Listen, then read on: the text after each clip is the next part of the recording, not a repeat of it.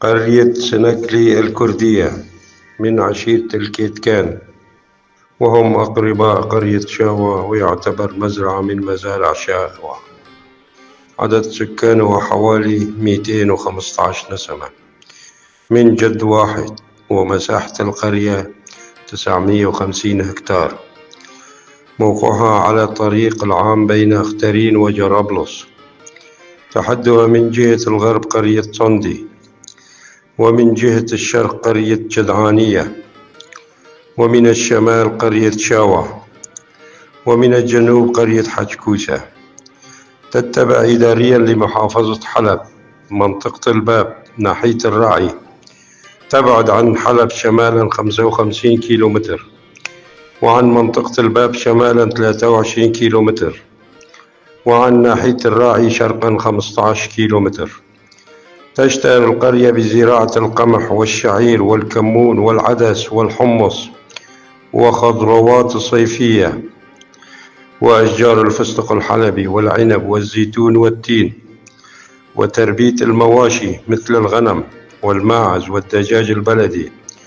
وأيضا يعملون في مجال الحصادات، وأغلب أهالي القرية كانوا يعملون في حلب في مجال دهن سيارات وتصليح المحركات وتصويج السيارات وتجارة وورشات الخياطة وورشات صناعة الأحذية.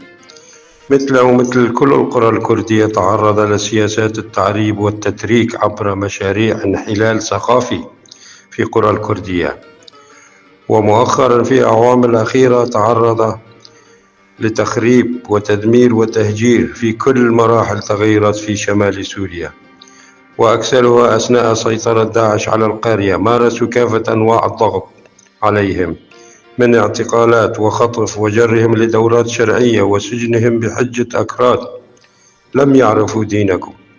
وما زال مصير أشخاص مجهولة حتى الآن. وبعد انسحاب داعش ضمن اتفاقية بينهم وبين الأتراك وتغيير ملابسهم، ازداد المعاناة بالضغط على الأهالي بهدف تهجيرهم وتسكين غرب واستيلاء على أملاكهم وبناء مستوطنات عليها. والآن تفرض عليهم اللغة التركية في المدارس والتعامل بالليرة التركية، وحتى خطبة الجمعة في المساجد باللغة التركية، وتمجيدا لسلاطين الأكراد وأردوغان هو خلافة الإسلامية. المعلومة من أحد أشخاص سكان المنطقة، وأنا ألقيها بصوت محمد الأحمد والأستاذ المحامي علي عبد الله كولو.